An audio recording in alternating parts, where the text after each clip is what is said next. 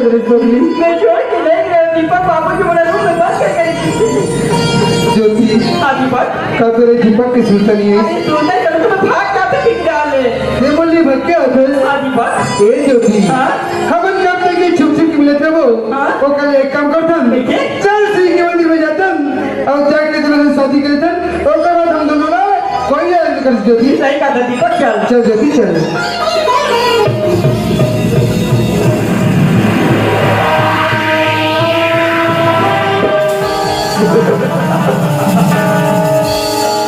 अबे हरामजादे, शादी तो मैं कराऊंगा रे तेरी, वो भी बड़ी धूमधाम से बातें गाने के साथ। कसम भवानी की जिंदगी प्यारी है तो दफा हो जा, वरना ऐसे बहुत मांग हरामजादे कि मौत की भूमिका देगी तेरी मौत को देख के।